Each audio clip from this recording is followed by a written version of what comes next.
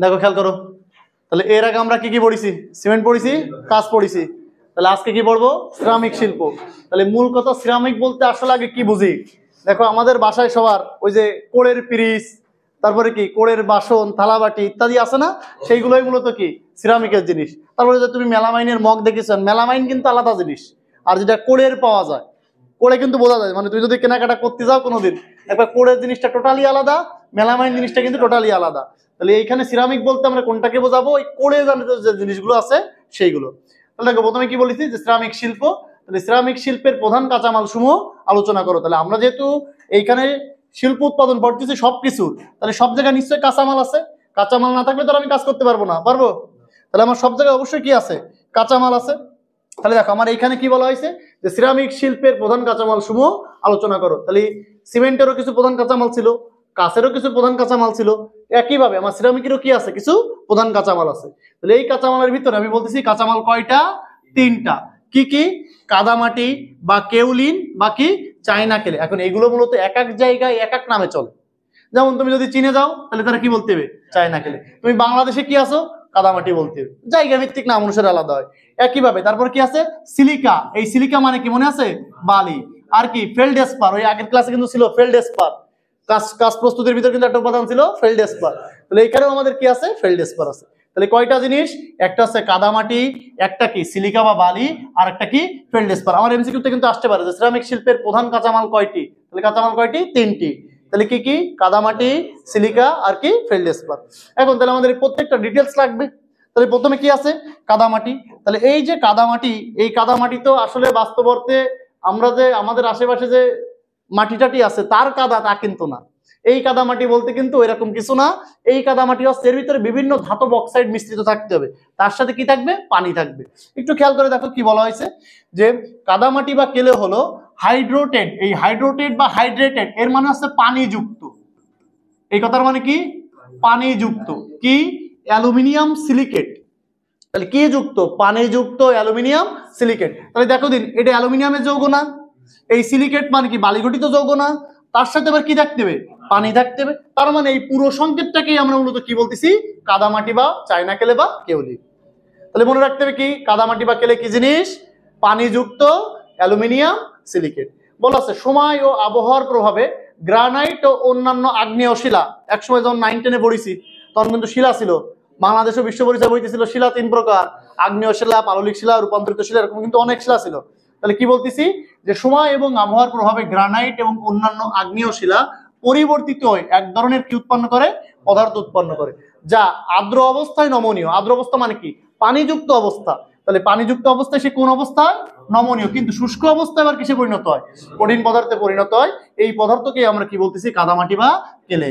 তাহলে এটা কিন্তু আমার সংজ্ঞার ভিতরে আসতে পারে যে কেলে বা কাদামাটি কি। তাহলে কেলে বা কাদামাটি কি?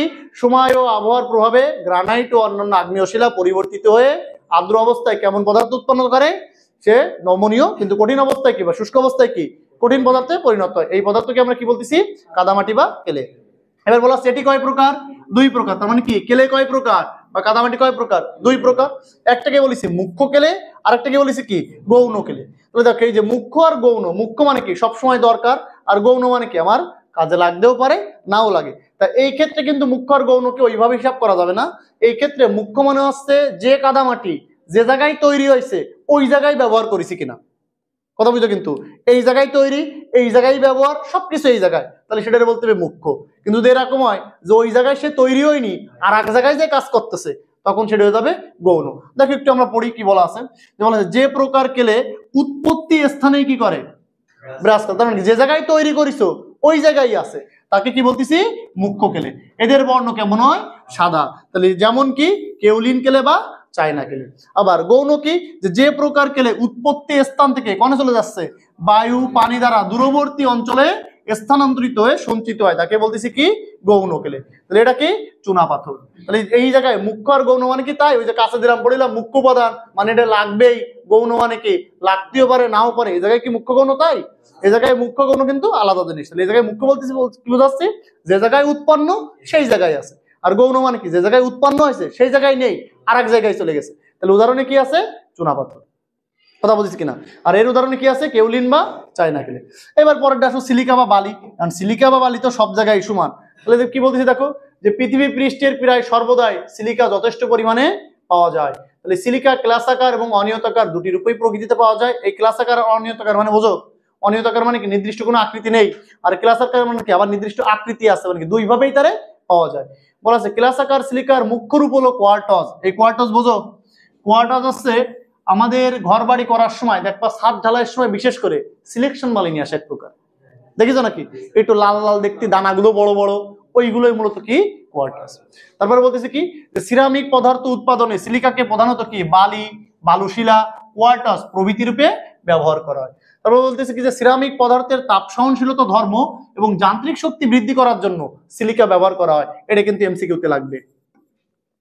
কি জন্য এমসিকিউতে লাগবে? তোমার প্রশ্ন আসবে এইভাবে যে সিরামিক পদার্থের তাপ সহনশীলতা ধর্ম বৃদ্ধি করতে কোন উপাদানটি ভূমিকা পালন করে?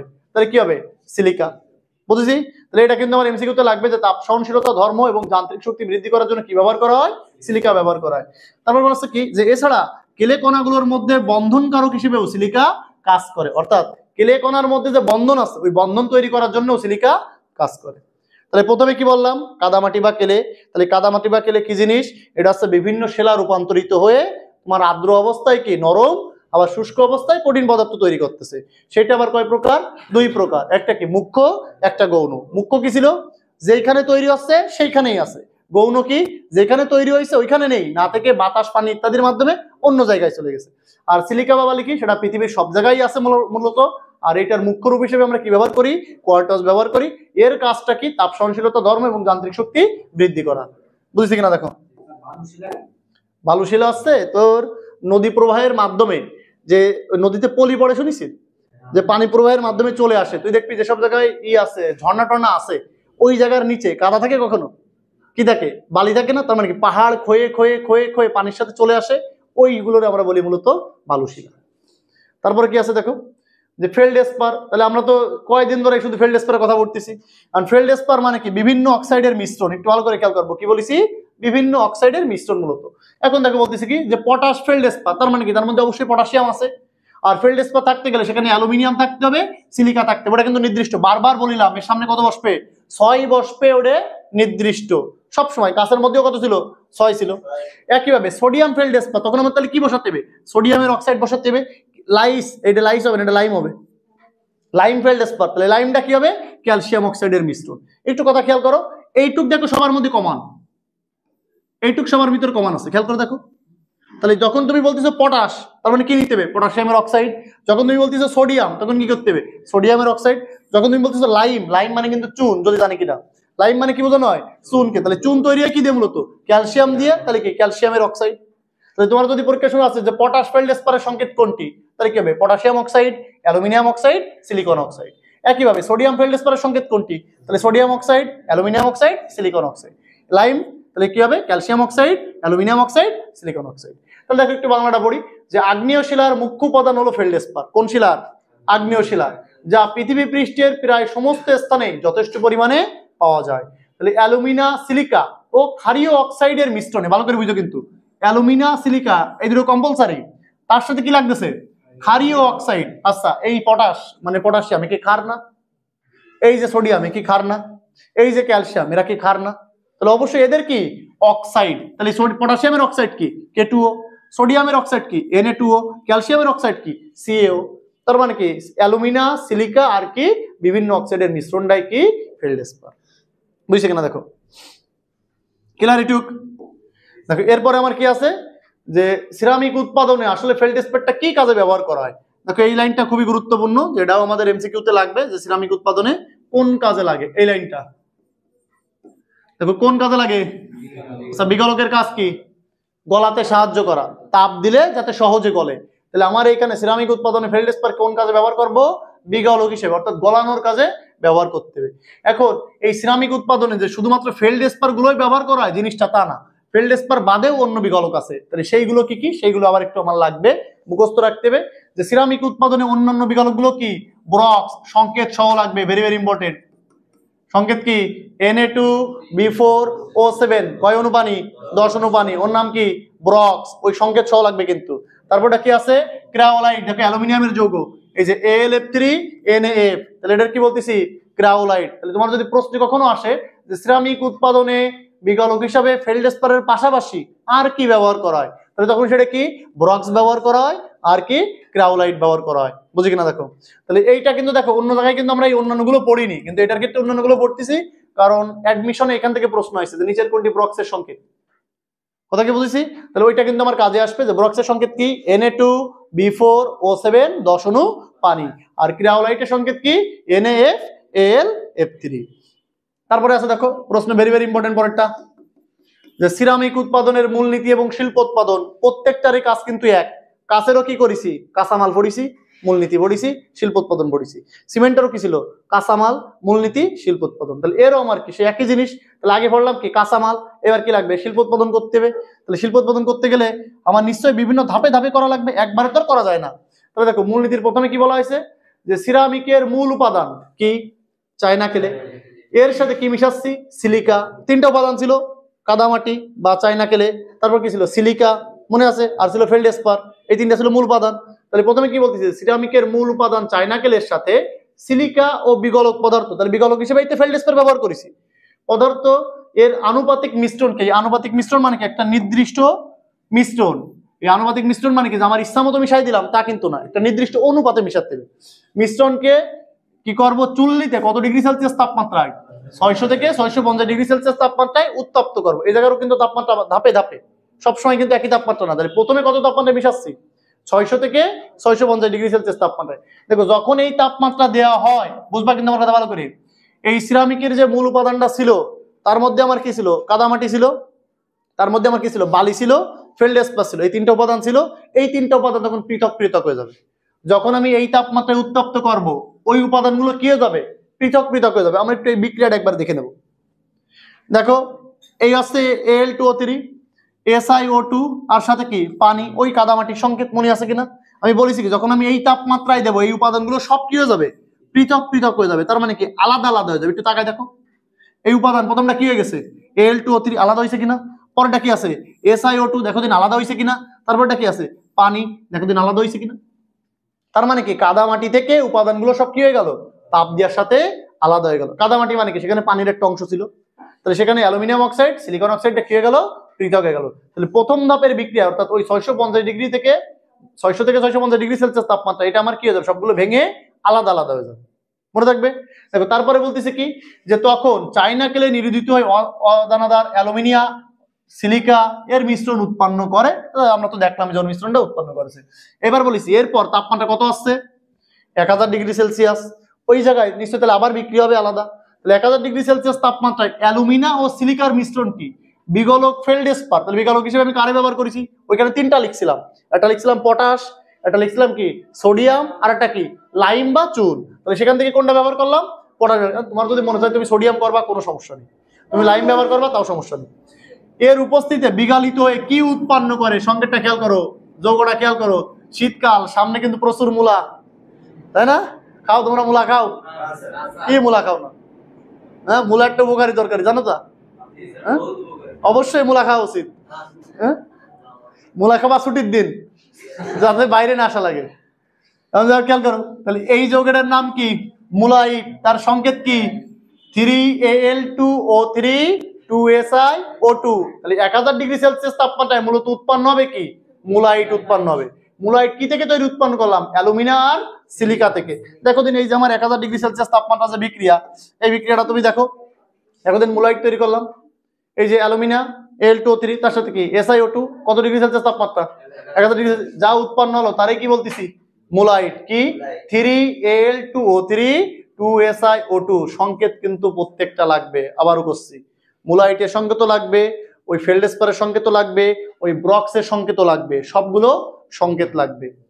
তারপরে দেখো এখন আমার ওই জায়গায় কি বিক্রিয়া শেষ, তারপর দেখো আবার কি করেছি তাপমাত্রা বাড়াইছি না, তাপমাত্রা বাড়াই কত করেছি 1400 থেকে 1500 ডিগ্রি সেলসিয়াস তাপমাত্রা। দেখো ওই তাপমাত্রায় মূলত একটা পলিমারের মতো কাঠামো তৈরি হয়ে যাবে। কিসের মতো পলিমারের মতো। এখন পলিমার বলতে তুমি কি বোঝো এন সংখ্যক, মনে আছে 9 10 ছিল কিন্তু পলিমার। যে সামনে এন পরে নিচে এন, মনে আছে নাকি? এন সংখ্যক অণু যদি যুক্ত হয়ে বড় কোনো অণু তৈরি করে তার কি বলতাম? পলিমার বলতাম। তাহলে দেখো এখানে মূলত সেই পলিমারের মতোই তৈরি হচ্ছে, যে আমার এখানে যে সিলিকনটা ছিল এই যে SiO2, এইটা আমার মূলত কার মতো হবে? পলিমারের মতো হবে। দেখো এই যে 4N SiO2 ওই তাপমাত্রায় কার মতো হয়ে গেছে? দেখো দিন, ইসের মতো হয়ে গেছে, পলিমারের মতো হয়ে গেছে। এখন এই বিক্রিয়াটা আমার খুব বেশি গুরুত্বপূর্ণ না, কিন্তু এই বিক্রিয়াটার একটা নাম আছে, নামটা কি? ক্রিস্টোবেলাইট। এই বিক্রিয়াটার নাম কি বলা হয়? ক্রিস্টোবেলাইট গঠন। এখন দেখো যদি এর সামনে 4 না থাকে তাহলে সেটা শুধু বালি, শুধু SiO2 আছে তাহলে কি বলবো? বালি বলবো। কিন্তু যদি এর সামনে 4 থাকে, যে 4SiO2 আবার কি আছে? হোলেন, তখন তার নাম কি বলতে হবে? ক্রিস্টোবেলাইট। কারণ এই নামগুলো তো আসলে বিজ্ঞানীকে মনে চাইছে করেছে সেরকম একটা অবস্থা, মানে যার যখন যেটা মনে চাইছে। দেখো আমার এই যে যৌগটা আছে, এই যৌগটা আসলে মূলাইট আমি কেন কব? আমি অন্য কিছু তো করতে পারতাম, এতে আমার কিছু করার নেই, তারা নাম দিয়ে গেছে, আমাকে ভর্তি হবে। কথা কি বলতেছি? যেমন এই যে পর্যায় সারণীর যে মৌলগুলো আছে এদেরও যখন তারা নাম দিয়ে গেছে, যে বিজ্ঞানী যখন যেরকম নাম দিয়ে গেছে আমরা সেরকম পড়তেছি, তাহলে এগুলো আমাদের কিছু করার নেই, যৌগগুলোর নাম দিয়ে গেছে সেরকম পড়তে হবে। তাহলে আমরা এখানে কয়টা বিক্রিয়া পাচ্ছি? 3টা বিক্রিয়া। কত ডিগ্রি সেলসিয়াস তাপমাত্রা? একটা 600 থেকে 650। সেই সময় কি হচ্ছে? সব উপাদানগুলো আলাদা আলাদা হয়ে যাচ্ছে। তারপর একটা কত 1000 ডিগ্রি সেলসিয়াস তাপমাত্রা, তখন কি তৈরি হচ্ছে? মুলাইট তৈরি হচ্ছে। পরে কত 1400 থেকে 1500 ডিগ্রি সেলসিয়াস তাপমাত্রা, তখন কি তৈরি হচ্ছে? ক্রিস্টোবেলাইট তৈরি হচ্ছে। বুঝেছি? এখন এটা তো আমার একটা পরপর ধাপে ধাপে দেখাতে হবে প্রসেস আকারে। দেখো আমরা একটু ফ্লো চার্টটা দেখে নেবো, ফ্লো চার্টটা দেখলে পড়তে সুবিধা হবে। দেখো পাইছো কিনা? এটা কি বলতেছি? Flow chart. ফ্লো চার্ট মানে হচ্ছে তুমি কিভাবে জিনিসটা তৈরি করবা, তার প্রসেস। তাহলে সবার প্রথমে তোমার কি করতে হবে? কাঁচামাল লাগবে। কারণ কাঁচামাল হিসেবে তুমি কি কি নিছিলে? মনে আছে? কি নিছিলাম? কাদামাটি নিছিলাম, সিলিকা বা বালি নিছিলাম, আর কি নিছিলাম? ফেল্ডস্পার নিছিলাম। তাহলে ওই উপাদানগুলোকে আমি আগে কি করব?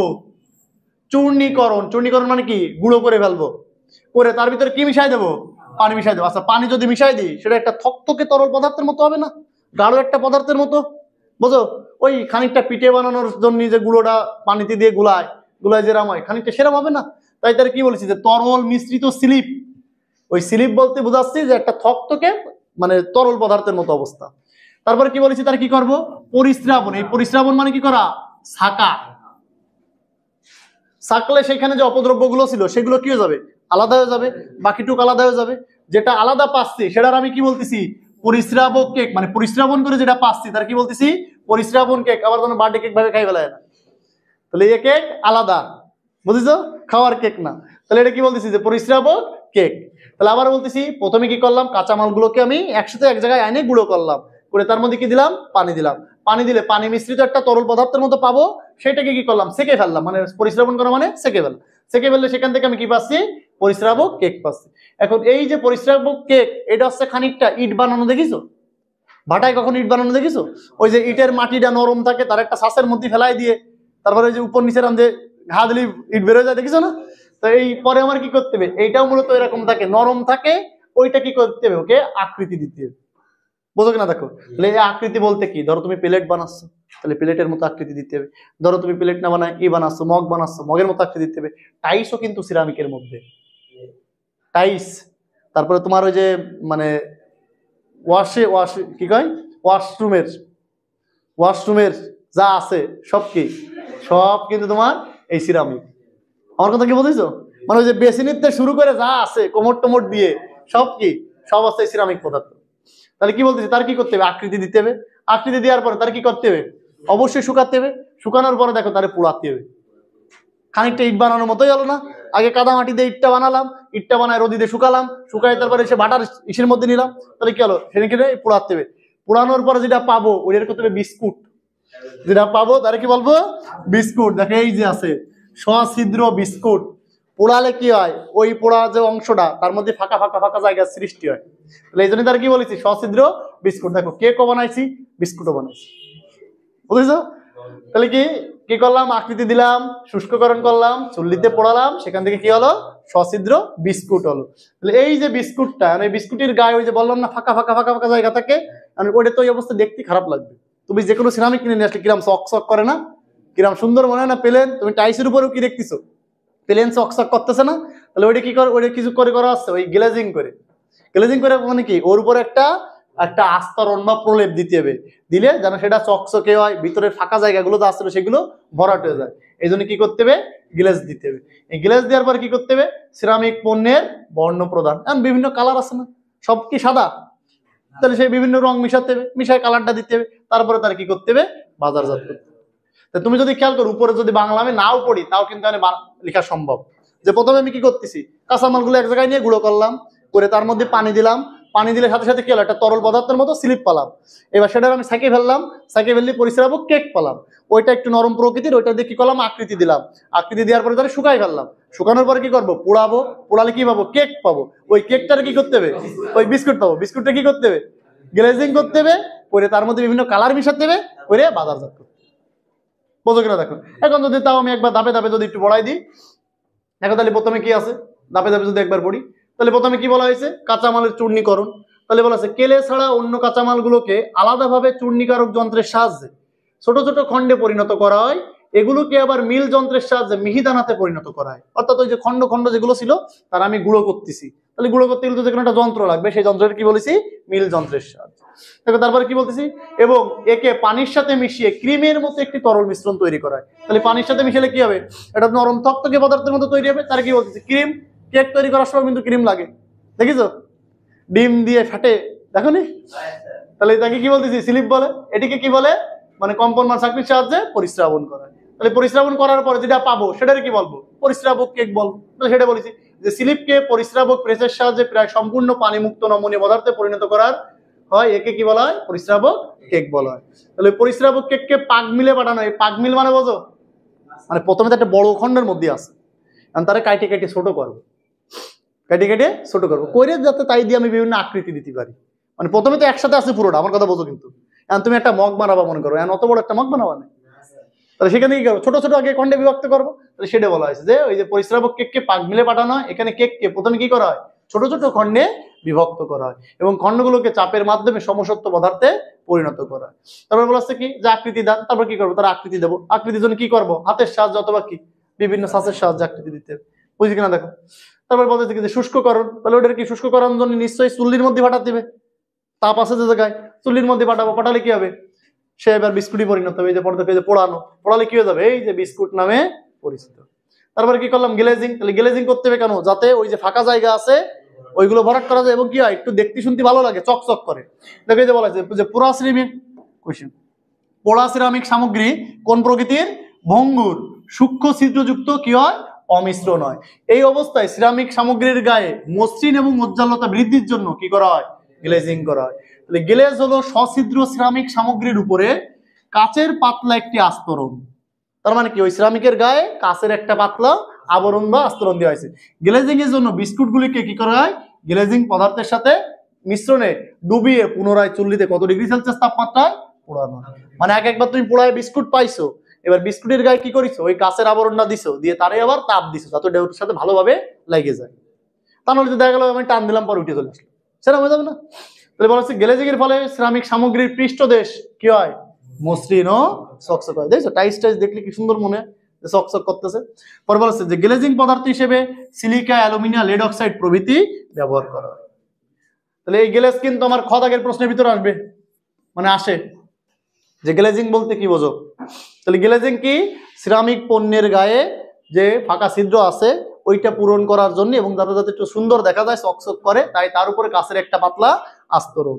তাহলে এই ক্ষেত্রে কি করা হয়, ওই যে গ্লেজিং এর জন্য বিস্কুটগুলোকে অর্থাৎ সিরামিকে যে পোড়ায় যেটা পাইছি ওইটাকে তরল পদার্থের মধ্যে মিশিয়ে পুনরায় কত থেকে 700 থেকে 900 ডিগ্রি সেলসিয়াস তাপমাত্রায় পোড়ানো হয় এবং এক্ষেত্রে কোন পদার্থ ব্যবহার করা হয়, অ্যালুমিনিয়াম ও লেড অক্সাইড। বুঝেছি। পরের সাথে সিরামিক এর বর্ণ প্রদান, আমি তো কালার ব্যবহার করবো। কালারের জন্য তো জানি কি না যে আমাদের যে কোনো যৌগের কালার বা যে কোনো জিনিসের কালার ধাতব মৌল দ্বারা করা হয়। কি দ্বারা, ধাতব মৌল দ্বারা। সাধারণত অবস্থান্তর ধাতব মৌলগুলো রঙিন হয়। কোন মৌলগুলো, অবস্থান্তর ধাতব মৌল। তাহলে এক এক অবস্থান্তর ধাতব মৌলের কালার কিন্তু এক এক রকম। যেমন আয়রনের কালার একরকম, আবার ক্রোমিয়ামের কালার একরকম, কোবাল্টের কালার একরকম। তাহলে এখানে বলা আসছে যে বর্ণ প্রদানের জন্য বর্ণ উৎপাদনকারী পদার্থগুলো কাঁচামালের সঙ্গে মেশানো হয় অথবা গ্লেজিং এর সময় গ্লেজিং পদার্থের সঙ্গে মেশানো হয়। বর্ণ উৎপন্নকারী পদার্থ হিসাবে সাধারণত ধাতব অক্সাইড ব্যবহার করা হয়। কি ব্যবহার করি, ধাতব অক্সাইড। যেমন উদাহরণ দিছি যে নীল বর্ণের জন্য কোন অক্সাইড, কোবাল্ট অক্সাইড। দেখো পরে আরো কিছু দিয়ে আছে। সবুজ বর্ণের জন্য কি কপার অক্সাইড, বেগুনি বর্ণের জন্য কি ম্যাঙ্গানিজ ডাই অক্সাইড, হলুদ বর্ণের জন্য কি ফেরিক অক্সাইড। তাহলে কি এক এক কালারের জন্য এক এক রকমের অক্সাইড, এখন তুমি কি বানাতে চাচ্ছ সেই অনুসারে তুমি অক্সাইডটা মিশাবা। বুঝছো আমার কথা? তাহলে এবার পরে কি আছে যে ডেকোরেশন। ডেকোরেশন মানে কি ওর একটু সাজাতে হবে। এখন বোঝো কিন্তু কথা, আমি এত সময় পর্যন্ত যে সিরামিকটা পালাম সেটা কিন্তু পুরোটা সাদা, তাতে কিন্তু অন্য কোনো কালার নেই। কি পালাম? পুরোটা সাদা। এখন আমাদের সব কোড়ে প্লেট কি সাদা, সব বেসিন কি সাদা, তাতে বিভিন্ন ডিজাইন আছে না? তাহলে ওই ডিজাইন তো তারপরে করতে হবে। তুমি ডিজাইন কেন নখ দিয়ে খোসার সাথে উঠে যায়? তাহলে ওই ডিজাইনটাও স্থায়ী না। ওইটা করার জন্য এক প্রকার পেপার লাগে। ওই পেপারটাকে বলা হয় দেখো এই যে ডিক্যালকোনিমিয়া। পাইছো কিনা দেখো, হ্যাঁ ডিক্যালকোনিমিয়া। তাহলে এই পেপারের সাহায্যে কি করা হয়? ডেকোরেশন বা ডিজাইনটা করা হয়। তাহলে ওই নামটা মনে রাখবো শুধু, যে কোন পেপারের সাহায্যে? ডিক্যালকোনিমিয়া। মনে থাকবে ওই পেপারের সাহায্যে। ওই পেপার আমিও সামনে সামনে কোনোদিন দেইনি, আমিও দেইনি, মানে পড়ে শেষ, কিন্তু আমিও কোনোদিন সে ব্যাপার সামনাসামনি পাইনি। ঠিক আছে, ওই আমাকে শুধু নামটা মনে রাখতে হবে যে সিরামিক গ্লেজিং শেষে শ্বেত পণ্যে। শ্বেত পণ্য মানে কি? যে সিরামিকটা তুমি পাইছো সেটা দেখতে কেমন? সাদা, তাতে আমি বিভিন্ন ডিজাইন করবো। বুঝেছি? দেখো তারপর কি আছে? গ্লেজিং প্রক্রিয়া। এই গ্লেজিং প্রক্রিয়া কিভাবে করবো সেটা সম্পর্কে আর একটু বিস্তারিত বলে দিছি। যে গ্লেজিং প্রক্রিয়া কিভাবে করতে হয়, এখন এটা খুব বেশি ইম্পর্টেন্ট না, যার মনে চাবে সে পড়বা, যার মনে না চাই খুব বেশি পড়ার দরকার নেই, কারণ এটা খুব বেশি ইম্পর্টেন্ট না। এমনি এমসিকিউর জন্য দুই একবার তুমি রিডিং দিতে পারো যে গ্লেজিং প্রক্রিয়া কারে কারে ব্যবহার করতেছি, সে জায়গায় তাপমাত্রা কত সেটা তুমি একটু করতে পারো। কথা কি বুঝেছি? তাহলে ক্লিয়ার? Ceramic clear? তাহলে সিরামিকের মাত্র তিনটা জিনিস পড়তেছি কিন্তু, কাঁচামাল, তারপরে কি মূলনীতি, আর হচ্ছে এই যে কিভাবে তৈরি করবো সেই প্রসেস। ক্লিয়ার? একটু দেখো এইবার শিখবো কাঠ শিল্প, ওই পেপার শিল্প। খেয়াল করো, কাজ তো পড়াইছি পেপার। পেপার দেখো, পেপারের এক নাম কি? পাল্প। তারপরে কি? সেলুলোজ শিল্প। তারপরে কি? কাগজ শিল্প। কারণ কাগজের তো গুরুত্ব অপরিসীম নাকি? এই যে আমরা পড়ালেখা করতেছি বই খাতা দিয়ে, সব কি কাগজই তো। এখন এই কাগজ তৈরি করতে গেলে কাগজের মূল উপাদান হচ্ছে পাল্প। কি? পাল্প। আর কাগজ তৈরি হয় মূলত কি দিয়ে? বাঁশ, কাঠ, আখের ছোবড়া, এইসব পাটকাঠি, এইসব দিয়ে মূলত কি হয় কাগজ তৈরি। বাঁশ দিয়ে যে কাগজ তৈরি হয় তার দাম সবসময় অনেক বেশি, আর হাবিজাবি দিয়ে যা তৈরি হয় তার দাম সবসময় কম। বুঝলি? ঘাস দিয়ে না, ঘাস দিয়ে তৈরি হবে। তুই যদি আমার এই কথা কইস যে যার ঘাস জাতীয় তো অনেক উদ্ভিদ আছে, তা সেই হিসেব আলাদা, কিন্তু স্বাভাবিক ঘাস দিয়ে কখনো কাগজ তৈরি হয়? আগে ছোবলা দিয়ে হয়। তো দেখো একটু কি বলতেছি, যে পাল্প কি জিনিস? যে নরম কাঠ, বাঁশ, আখের ছোবড়া প্রভৃতিকে যান্ত্রিক ও রাসায়নিক প্রক্রিয়াজাতকরণের মাধ্যমে, এই কথাটা বুঝতে হবে কিন্তু, যে যান্ত্রিক প্রক্রিয়া মানে কি আর রাসায়নিক প্রক্রিয়া মানে কি? যান্ত্রিক প্রক্রিয়া মানে তুমি তার মধ্যে কোনো কেমিক্যাল মিশাওনি, কেমিক্যাল মিশাওনি, কিন্তু রাসায়নিক প্রক্রিয়া মানে কি? কেমিক্যাল মিশাইছে। তাহলে সাধারণত আমরা সবসময় এই প্রক্রিয়ায় পড়বো। যান্ত্রিক প্রক্রিয়া আসলে তৈরি করা কত সহজ না, অনেক ঝামেলা। তাহলে আমাদের তৈরি হবে কি করে? রাসায়নিক ভাবেই সাধারণত আমরা করবো। তাহলে কি বলা হয়েছে? যে নরম কাঠ, বাঁশ, আখের ছোবড়া প্রভৃতিকে যান্ত্রিক এবং রাসায়নিক উপায়ে প্রক্রিয়াজাতকরণের মাধ্যমে যে সেলুলোজ ফাইবার, এখন তোমরা তো অবশ্যই জানো যে গাছপালা, উদ্ভিদ, এদের প্রধান উপাদান কি? সেলুলোজ। তাহলে সেলুলোজ ফাইবার বা তন্তু পাওয়া যায়, তাকেই মন্ড বা পাল্প বলে। তাহলে সহজ হিসেব, গাছের অংশ, কাঠের অংশ, তারপরে আখের ছোবড়া টোবড়া ইত্যাদিকে কি করব? রাসায়নিক উপায় অথবা যান্ত্রিক উপায় প্রক্রিয়াজাতকরণ করে কি তৈরি করব? সেলুলোজ ফাইবার তৈরি। ওইটাই কি হবে? মন্ড বা পাল্প। দেখো বলা আছে বাঁশ, কাঠ, শন, খড়, পাটকাঠি, আখের ছোবড়া ইত্যাদিতে পানি ছাড়াও আরো তিনটা উপাদান থাকে। কি থাকে? পানি ছাড়াও আরো তিনটা উপাদান, ভেরি ভেরি ইম্পর্টেন্ট। একটা কি? সেলুলোজ ফাইবার বা আঁশ। একটা কি? লিগনিন। পাইছো? আর একটা কি? দেখো হেমিসেলুলোজ। তাহলে কয়টা উপাদান? তিনটা উপাদান। যদি খেয়াল করে দেখি, একটা কি? সেলুলোজ বা ফাইবার, মানে সেলুলোজ ফাইবার বা আঁশ, তারপরটা কি? লিগনিন, আর একটা কি? হেমিসেলুলোজ। বায়োলজি পড়লে এগুলো খুব ভালো করে পড়ার কথা, আমার তো ভালো জানার কথা তোমাকে। তাহলে এখন এই বায়োলজি যদি পড়ি আমরা, তাহলে ওইখানে কার্বোহাইড্রেট পড়ার সময় আমাদের কিন্তু গ্লুকোজ ফ্রুক্টোজ আছে। এই যে গ্লুকোজ ফ্রুক্টোজ, তার আবার কিন্তু অ্যানোমার আছে। কি আছে? অ্যানোমার। এখন গ্লুকোজের দুইটা অ্যানোমার পাওয়া যায়, একটাকে বলা হয় আলফা অ্যানোমার, আর একটাকে বলা হয় বেটা অ্যানোমার। কেমিস্ট্রিতেও আছে এগুলো, কিন্তু এখন যেটুকু লাগবে শুধু সেটুকু বলতেছি। তাহলে আমি বলতেছি কি, যে গ্লুকোজ ফ্রুক্টোজ এদের আবার কি পাওয়া যায়? অ্যানোমার পাওয়া যায়। এই অ্যানোমারকে কি নামে ডাকা হয়? আলফা অ্যানোমার, বেটা অ্যানোমার। মনে রাখবো এখানে যে কটা আছে সব বেটা অ্যানোমার। কি আছে? সব বেটা। দেখো একটু খেয়াল করো কি বলা আছে, যে সেলুলোজ ফাইবার হলো বেটা ডি গ্লুকোজের।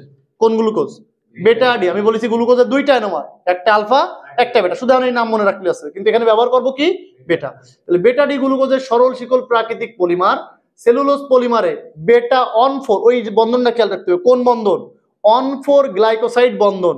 বায়োলজি কিন্তু তোমাদের জানা উচিত গ্লাইকোসাইড বন্ধন আছে, তাহলে কি 1,4 গ্লাইকোসাইড বন্ধন থাকে। এটাই হলো উদ্ভিদের মূল উপাদান কাঠামো, এবং এর পার্সেন্টেজ কত? 40 থেকে 45%। পার্সেন্টেজ কিন্তু খুবই গুরুত্বপূর্ণ লাগবেই, এই পার্সেন্টেজ খুবই গুরুত্বপূর্ণ। তাহলে সেলুলোজ বা ফাইবারের পরিমাণ কত? 40 থেকে 45%। বলছি এটাই পাল্প তৈরিতে আলাদা করা হয় এবং পেপার তৈরিতে ব্যবহৃত হয়। তাহলে এই যে তিনটা উপাদান, এই তিনটা উপাদানের ভিতর থেকে কাগজ তৈরিতে ব্যবহৃত হচ্ছে কোনটা? Cellulose fibre. তার পরিমাণ কত পার্সেন্ট? 40 থেকে 50%। এটা কোন ধরনের বন্ধন আছে? বেটা অন 4 গ্লাইকোসাইড বন্ধন। বুঝেছি? পরেরটা কি আছে? লিগনিন। তাহলে বলছে লিগনিন হলো প্রাকৃতিক ত্রিমাত্রিক পলিমার। শুধু একটু মনে রাখবো, কেমন পলিমার? ত্রিমাত্রিক পলিমার। তাহলে লিগনিন সেলুলোজকে উদ্ভিদ কাঠামোতে দৃঢ়ভাবে আবদ্ধ রাখে বা বাইন্ডিং করে রাখে। উদ্ভিদে এটির পরিমাণ কত? এই। এখন তোমার এর ক্ষেত্রে তুমি যদি স্যার শুধু প্রথম লাইন লিখবা আর এই লাইন লিখবা তাতেই হবে। প্রথম লাইন মানে কি? যে লিগনিন হলো একটা প্রাকৃতিক ত্রিমাত্রিক পলিমার, আর এর পরিমাণ কত পার্সেন্ট? 20 থেকে 30%। ওটা কতটুকু ছিল? 40 থেকে 45%। তারপরটা কি আছে? হেমিসেলুলোজ। তাহলে হেমিসেলুলোজ হলো শাখাযুক্ত ছোট দৈর্ঘ্যের কোন ধরনের?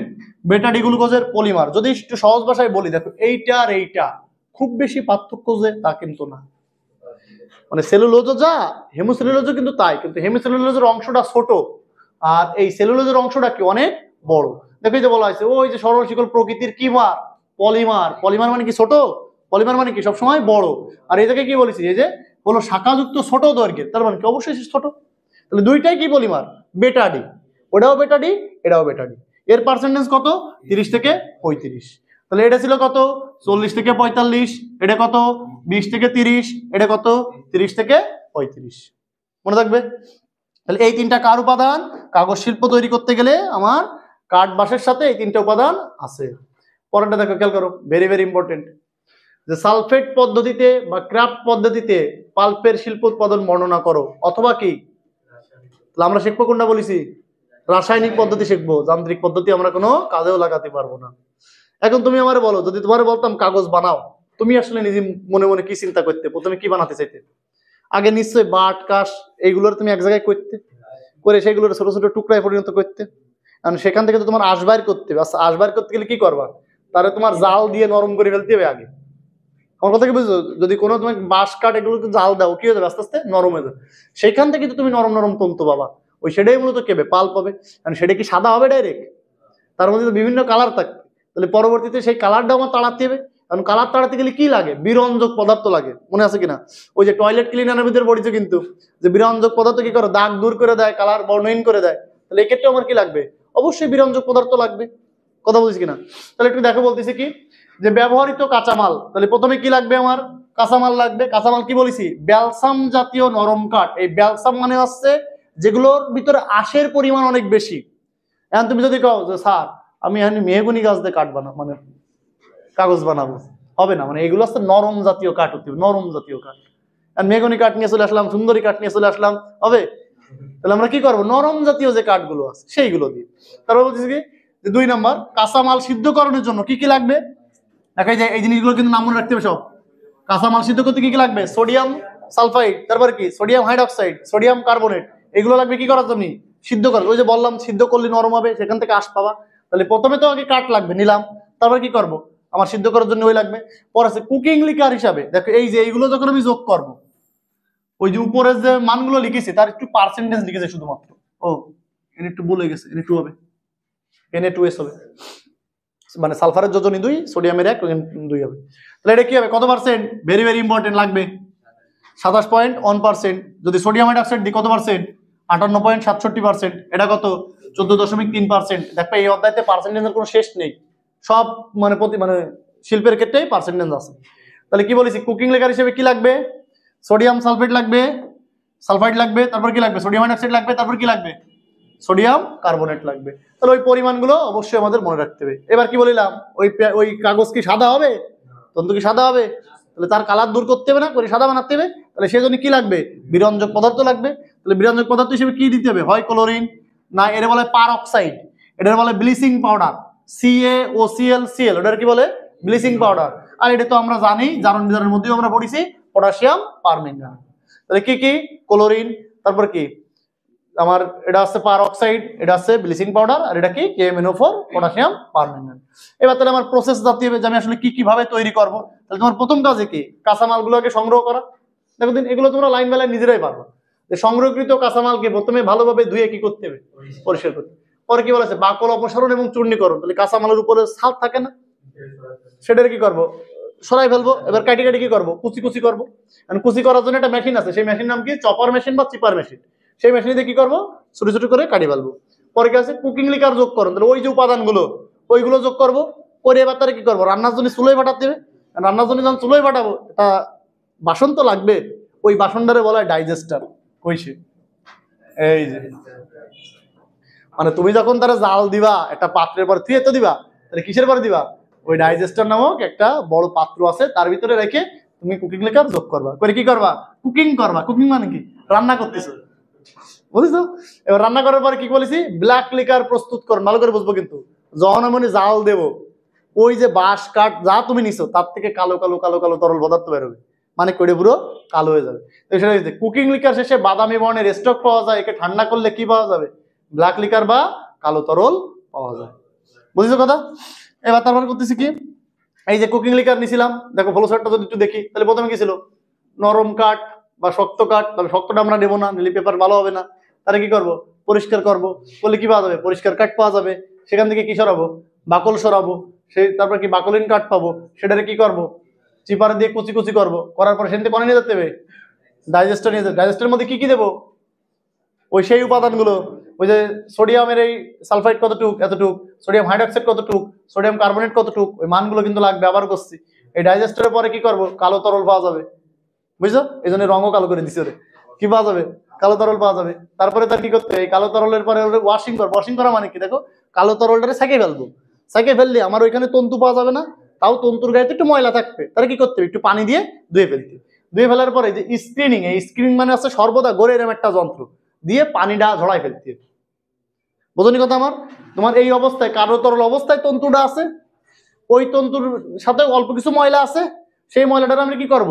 আবার ধুয়ে ফেলবো। ধুয়ে ফেলার পরে ওই তন্তুগুলো তো তন্তু ছাড়াই আসবে, ছাড়াই ছাড়াই আসবে না? তখন সেটা আমি কি করবো? একটা স্কিন মানে কি সর্বদা গড়ে এরকম একটা, ওই তোমরা টোন টোন বানায় দেখেছো নাকি গ্রাম এলাকায়? ডাবের খোসা টোসা দিয়ে কোনো জায়গায় দেখেছো? হ্যাঁ, ওই যে ডাবের খোসা দিয়ে পচাই ফেলায় তাই যে টোনের দড়ি বানায়। তো সেরকম যন্ত্র আছে একটা স্ক্রিন, তার মধ্যে দিতে হবে, দিয়ে এরকম ঘোরাতে হবে। তারপরে কি করতে হবে? তারে ঘনীভবন করতে হবে। এই ঘনীভবন করার জন্য নিশ্চয়ই তাহলে তুমি আবার চুলোয় নিয়ে যাচ্ছ, নিয়ে যা কি করবা? বিরঞ্জক পদার্থ দিবা। দিলে কি হবে? ঘনীভূত মন্ড বা পাল্প পাওয়া যাবে। ওই মন্ডটা কি হয়ে যাবে? কালারহীন হয়ে যাবে। যখন বিরঞ্জক পদার্থ দিচ্ছি সে কি হয়ে যাবে? কালার চলে যাবে তার। এইবার তারপরে আমি তার কি করবো? শুকাই ফেলবো, ভাঁজ করে ফেলবো, সংরক্ষণ করে রেখে দেবো। তাহলে দেখো এই ক্ষেত্রে আমি কি বলতেছি? এরপরে বলা আছে যে ধৌতকরণ। তাহলে ওই পয়েন্টগুলো পরপর শুধু দেখো সংক্ষেপে শুধু লিখলেই আছে, প্রত্যেকটা পয়েন্টের একটু একটু। ধৌতকরণ, তাহলে প্রাপ্ত কারতলতে মন্ডকে পৃথক করে কি করতে হবে? ওয়াশ করতে হবে। ঘনীভবন মানে কি? তাহলে ওই ড্রামের আরো একটু তাপ দিয়ে এক জায়গায় করতে হবে। পরে কি আছে? বর্ণহীন করা, তাহলে কি পদার্থ দিতে হবে? বিরঞ্জক পদার্থ দিতে হবে। তাহলে ধৌতকরণ এবং পুনঃঘনীভবন, তার মানে কি? ওই মন্ডগুলো যদি পাতলা হয়ে যায়, তাহলে আমরা কি করবো? সামান্য একটু তাপ যদি দিই, তাহলে আবার এক জায়গায় হয়ে যাবে না? ঘন হয়ে যাবে না? তারপরে কি বলা হয়েছে? শুষ্ককরণ, ভাঁজকরণ, সংরক্ষণ। তারপর আমি শুকাই ফেলবো, ভাঁজ করবো, সংরক্ষণ করে দেবো। কাগজ কি তৈরি করেছি? কাগজ কিন্তু তৈরি করিনি। এত সময় ফেলায় কাগজ বানানোর উপকরণ তৈরি করেছি, কাগজ কিন্তু এখনো বানাইনি। আমার কথা কি বুঝেছো? কাগজ আমি এখনো বানাইনি, আমি শুধু বানাইছি কাগজ বানাতে যে জিনিসটা লাগবে সেটা বানাই রাখেছি আমি। পরেরটা একটু খেয়াল করো। কাগজ তৈরির জন্য মন্ড বা পাল্পের প্রক্রিয়াকরণ বর্ণনা করো। তার মানে ওই যা বানায় রাখিছো তাই দিয়ে এবার কাগজ বানাতে হবে। সুবিধা কোন জায়গায়? এটা দুটো আলাদা প্রশ্নে আসবে। যদি এক প্রশ্নে আসতো তাহলে তোমার অ্যান্সার হয়ে যেত ইয়া বড়। মনে করো আমার গ দাগে আইছে শুধু এইটুক যে মন্ড কিভাবে বা পাল্প কিভাবে তুমি তৈরি করবা, আর ঘ দাগে আইছে মন্ড থেকে তুমি আবার কিভাবে কাগজ তৈরি করো। মানে সিকিউ আসতে যে মিল লেখে আসবে। তাহলে তখন আমি কিভাবে কাগজ তৈরি করবো? এর তিনটা প্রসেস। এক্ষেত্রে কয়টা প্রসেস? তিনটা প্রসেস। তার একটাকে কি বলা আছে? বিটিং, একটাকে বলা আছে রিফাইনিং, একটা বলা আছে কি কাগজের শীট তৈরি। কটা প্রসেস? তিনটা। তাহলে একটাকে কি বলেছি? বিটিং, একটাকে বলেছি কি রিফাইনিং, আর একটা কি বলেছি কাগজের শীট তৈরি করা। এখন এই বিটিং আর রিফাইনিং করতে গেলে আমার কিছু যন্ত্রের দরকার আছে, কিছু যন্ত্রের দরকার আছে। যন্ত্রগুলো তোমাকে তো সামনাসামনি কোনোদিন দেখানো সম্ভব না, শুধু নামগুলো মনে রাখতে হবে। তার মধ্যে একটা আছে জর্ডান ইঞ্জিন, এর মধ্যে আছে পড়বে বাদ নেই, জর্ডান ইঞ্জিন। দেখো কি বলা আছে যে স্টিলের তৈরি গোলাকার পাল্প বিটারে পানিতে পাল্প মিশিয়ে আলোড়িত করলে তরল পাল্প মিশ্রণ তৈরি হয়। অর্থাৎ আগে তুমি যেটা বানায় রাখিলে ওটার ভিতর তো পানি টানি বাদ দিয়ে রেখে দিছো, এখন তার মধ্যে তুমি আবার কি করেছো সামান্য পরিমাণে পানি মিশাইছো, কারণ আগে তো সংরক্ষণ করা রয়েছে সেই অবস্থায় ছিল, সেদিন তুমি নিয়ে আসলে আইনে কাগজ তৈরি করবা, সেই জন্য কি করা হলো সেখানে সামান্য পরিমাণে পানি মিশানো হয়েছে, পানি মিশায় কি হয়েছে তরল একটা পাল্পের মিশ্রণ তৈরি করা হয়েছে। এবার বলা আসছে এটিকে ফিল্টার করে, ফিল্টার করা মানে কি আবার পরিষ্কার করতে হবে, ছাঁকতে হবে, বড় ময়লা এবং ময়লা এবং বড় আকারের তন্তু অপসারণ করা হয়, এরপর উত্তপ্ত করে পানি দূর করলে কি পাওয়া যায় পাল্পের একটা পেস্ট পাওয়া যায়। পেস্ট মানে কি ঘন একটা আঠালো পদার্থ।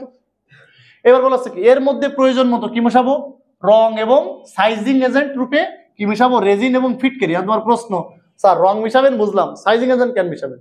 আচ্ছা তোমরা জানো কিনা কাগজ তৈরি করলেও কাগজের মাঝখানে কিন্তু ফাঁকা জায়গা তৈরি হয়, কাগজের মাঝখানে কি হয় ফাঁকা জায়গা তৈরি হয়। তুমি দেখবো অনেক সময় তুমি যে কাগজ কিনে নিয়ে আসো দেখবো তার মধ্যে ফাঁকা জায়গা আছে, দেখবা সব পুরো প্লেন সমান নেই, ফাঁকা জায়গা আছে, ওই জায়গাটা পূরণ করার জন্য কি ব্যবহার করা হয় সাইজিং এজেন্ট। আবার কোন কোন কাগজের উপর যদি পানি ফেলাও দেখবা সাথে সাথে কাগজ পানি টেনে নিচ্ছে, আবার কোন কোন কাগজের উপর যদি পানি ফেলাও দেখবা সহজে সে টাইনে নিয়ে নি। তাহলে ওই ক্ষমতাও বাড়ানোর জন্য সাইজিং এজেন্ট ব্যবহার করা হয় যাতে পানিটা সে সহজে শোষণ না করে। দেখো পরে আমরা পড়বো সাইজিং এজেন্ট কেন ব্যবহার করে তার কারণ আছে, সেটা তো প্রশ্ন আছে। তাহলে বলতেছি কি দেখো যে এর মধ্যে প্রয়োজন মতো রং এবং কি যোগ করবো সাইজিং এজেন্ট রূপে রেজিন এবং ফিটকারি, ফিটকারি তো কম বেশি সবাই চিনি, ফিটকারি মিশানো হয়। এটি পাল্পের আঁশগুলোকে কিসে পরিণত করে আঠালো জিলেটিনে আবদ্ধ করে মন্ডকে শক্ত করে এবং গাঢ় করে। এবার পরের লাইনটা দেখো খুবই গুরুত্বপূর্ণ এই লাইনটা কি বলা আছে দেখো চোষ কাগজ তৈরির ক্ষেত্রে সাইজিং এজেন্ট কি হয় না। দেখো আমি তোমার কি বলছি সাইজিং এজেন্টের কাজ কি ও যেন সহজে পানি শোষণ না করে। এই চোষ কাগজের কাজটা কি পানি শোষণ করা। ধরো টিস্যুর কথা যদি আমি বলি টিস্যুও কিন্তু এক প্রকার কাগজ, তোমরা জানো কিনা? তাহলে টিস্যু কি হয় আত্মাত মুসলি পানি শোষণ করে নেয় না, আমি যদি তার মধ্যে সাইজিং এজেন্ট যোগ করি পানি শোষণ করবে? সে তো তাহলে বই খাতার কাগজের মতো হবে। একটু খেয়াল করে দেখো বই খাতা দিয়ে যদি তুমি হাতের পানি মোছো মোছো সহজে, কিন্তু যদি তুমি টিস্যু দিয়ে মোছো তার মানে কি তার মধ্যে অবশ্যই কি নেই সাইজিং এজেন্ট নেই। তাহলে এই জন্য কিন্তু বলা হয়েছে চোষ কাগজে কি তৈরিতে সাইজিং এজেন্ট ব্যবহার করা হবে না। তাহলে এই জিনিসটা আবার কি বলতেছি তোমার যে মন্ড বা পাল্পটা তুমি করে রাখছিলে প্রথমে সেটাকে নিয়ে আসলে আইনে কি করবা তার সাথে অল্প একটু পানি মিশালে, পানি মিশালে সেটা কি হবে হালকা একটু পাতলা দ্রবণের মতো তৈরি হবে, সেটাকে আমরা আবার কি করবো ছাকবো, ছাকলে কি হবে ওইখানে যদি কোনো ময়লা থাকে সেটা আলাদা হয়ে যাবে। এইবার তারপর আমি আবার তারা তাপ দেবো, তাপ দিলে কি হবে পানিটা উড়ে যাবে, পানি উড়ে গেলে তখন কি থাকবে শুধু পাল্প থাকবে, সেটা কেমন হবে নরম পেস্টের মতো। এখন সেইটার ভিতরে আমরা কি যোগ করবো প্রয়োজন মতো রং যোগ করবো আর কি যোগ করবো সাইজিং এজেন্ট যোগ করবো। তাহলে এই প্রক্রিয়াটা আমরা কি বলতেছি বিটিং প্রক্রিয়া। এরপর আমার কি আছে রিফাইনিং প্রক্রিয়া। তাকে বলা আছে যে বিটিং করা পাল্প মিশ্রণকে রিফাইনিং মেশিন, কোন মেশিন ওই যে মেশিনের নাম কি দেখো জর্ডান ইঞ্জিন, তো আমি তোমাকে দেখাতে পারবো না, এমনি তোমরা ফটো দেখতে চালি ফটো আমি তোমাদের দিয়ে দিতে পারি, ফটো দেখতে পারো যে মেশিনটা দেখতে এরকম, কিন্তু বাস্তবে তো দেখাতে পারবো না। তাহলে কোন মেশিন জর্ডান মেশিন। তাহলে জর্ডান ইঞ্জিনে যোগ করা হয় এই মেশিনে ঘূর্ণায়মান কি থাকে দাঁতযুক্ত দুইটা প্লেট থাকে। তাহলে জর্ডান মেশিনে কি আছে ঘূর্ণায়মান দাঁতযুক্ত দুইটা প্লেট আছে। এখন ওই বিটিং করা মিশ্রণকে ফিলার রূপে টেলক মানে ইত্যাদি ইত্যাদি মিশায়ে ওই মেশিনের মধ্যে দিয়ে চালাই দিতে হবে। মানে এই জায়গায় লিখছিলাম না ওই যে সাইজিং এজেন্ট যোগ করতে হবে, কোন জায়গায় লিখলাম এই যে সাইজিং এজেন্ট যোগ করতে হবে, বিভিন্ন প্রয়োজন মতো রং যোগ করতে হবে, ওইগুলো যোগ করার পর ওরা কি করতে হবে এই রিফাইনিং যে মেশিন অর্থাৎ জর্ডান যে মেশিন ওই মেশিনের মধ্যে দিয়ে চালনা করে দিতে হবে। কারণ চালনা যখন আমি করবো বুঝো কিন্তু মেশিনের মধ্যে কিন্তু একটা পাত আছে, ওই পাতের উপর যখন কাগজটা যাবে ওটা কিন্তু আস্তে আস্তে লম্বা লম্বা হতে দিতে হবে। তোমরা ন্যাশনাল জিওগ্রাফি চ্যানেল ট্যানেল দেখো, দেখো ওদের বিভিন্ন ফুড প্রসেস দেখায়, রুটিতে শুরু করে মিষ্টি টিষ্টি দিয়ে বিভিন্ন ফুড প্রসেস দেখায়, দেখেছো কোনোদিন? তো দেখবে এরকম ছোট্ট একটা এরকম ময়দার খামির দেয়, দেখবে সেটা আস্তে আস্তে এরকম বড় বানায় ফেলায়, দেখছো না? তা এই জায়গা মূলত সেরকম হয় যে কাগজের তুমি ওই যে পাল্পটা এরকম একটা পাল্প তুমি দিছো ওই দুই দাঁত যুক্ত মেশিনের মধ্যে দিয়ে ওইটাকে ওর মধ্যে যখন যাবে আস্তে আস্তে পাতলা হতে হতে হতে হতে লম্বা লম্বা বড় হতে হতে থাকে, তার মানে চিকুন হতে হতে হতে সে পেপারের মতো রূপ ধারণ করবে। ওই যে দেখো বলেছি জর্ডান মেশিনে চালনা করলে ঘূর্ণায়মান দুই দাঁত যুক্ত প্লেটের পেছনের পর, পেছন মানে কি ওরা চাপ দিচ্ছে না, পেছনের পর সেলুলোজ আঁশগুলো নরম হয়, ওই নরম সেলুলোজ আঁশের ফাঁকগুলো ফিলার দ্বারা পূর্ণ হয়ে সাদা পাল্পা পেস্ট তৈরি করে। এই ফিলার দ্বারা পূর্ণ মানে কি বললাম যে ফাঁকা থাকবে, ফাঁকা থাকলে তার মধ্যে কি করতে হবে, সাইজিং এজেন্ট দিতে হবে, দিয়ে সেটা কি করবে, ফাঁকা জায়গাটারে পূর্ণ করে দেবে। এবার পর দেখো কি বলা আছে যে কাগজের শীট তৈরি। এই শীট তৈরি করা মানে কি, ওই যে ওর মধ্যে যখন আমি দিচ্ছি আস্তে আস্তে মেশিনে তো তুমি তো একটা নির্দিষ্ট আকার আকৃতি দিবা, আকার আকৃতি দিবা, সব কাগজের সাইজ কি এক, তুমি তো এক এক কাগজ তো এক এক রকম সাইজ বানাবা নাকি, ওই সাইজের জন্য নিশ্চয়ই তোমার একটা নির্দিষ্ট সাইজ দিয়ে শীট তৈরি করতে হবে। ধরো কথার কথা যদি তোমার বলি A4 এর পেজ, লিগাল পেজ, সব কি সাইজ এক, তাহলে এক একটা এক এক রকম সাইজ, তাহলে তোমার কি হবে, ওই এক একটা এক এক রকমের সাইজের জন্য শীট তৈরি করতে হবে। মানে এই শীট তৈরি করার জন্য আবার কোন মেশিনে চালাতে হবে, ওই দেখো ফোর্ডিনিয়ার মেশিনের সাহায্যে। তাহলে আগেটা ছিল কোন মেশিন, জর্ডান মেশিন, কোন ধাপে, রিফাইনিং ধাপে, আর এই ধাপে আবার কোন মেশিন, ফোর্ডিনিয়ার মেশিন। কয় ধাপে সম্পন্ন হবে তার মধ্যে, 4 ধাপে, 4 ধাপে। এখন 4টা ধাপ কি কি, দেখো ধাপ নাম্বার 1 বলেছে ঘূর্ণায়মান 2 রোলারের মধ্যে গাঢ় পাল্পকে চালনা করে পাতলা শীটে পরিণত করে। তাহলে আমি তোমার কি বলিলাম, ওই যে পাল্প ছিল তুমি তার মধ্যে ঠেলে দিছো, ওই মেশিনের মধ্যে ঠেলে দিছো, সেটা কি হবে, আস্তে আস্তে পাতলা হবে। এবার তারপরে বলা হচ্ছে কি, এই অবস্থায় শীটে কি থাকে, সামান্য পরিমাণে পানি থাকে। তাহলে পানি থাকলে সেটা কি ভেজা ভেজা অবস্থা হলো। তাহলে তোমার এবার করণীয় কি, ওই পানিটা শুকাতে হবে। বলেছে যে ভেজা শীটকে ফেল্ট ব্ল্যাঙ্কেট রোলারের মধ্যে চালনা করে কি করা হয়, পানি অপসারণ করে। এবং এই অবস্থায় কিন্তু পানি পুরোপুরি যায় না, আরো কিছু পরিমাণে থেকে যায়, সেটা দেখো আমার পরের ধাপে কি করতে হবে।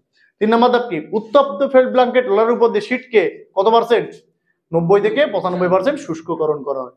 তার মানে প্রথম ধাপে কি করলাম, আমি কাগজটাকে ওই ফোর্নিয়ার মেশিনের মধ্যে দিলে সে আগে পাতলা শীটে পরিণত হলো, ওই শীট অবস্থায় তার মধ্যে কি আছে, পানি আছে, ওই পানিটা আমার কি করতে হবে, অপসারণ করতে হবে। তাহলে প্রথম ধাপে মানে দ্বিতীয় ধাপে কিন্তু পুরোপুরি পানি অপসারণ আসছে না, তাহলে সেটার আবার কি করতে হবে, উত্তপ্ত করে তৃতীয় ধাপে 90 থেকে 95% পানিটারে শুকাই ফেলতে হবে।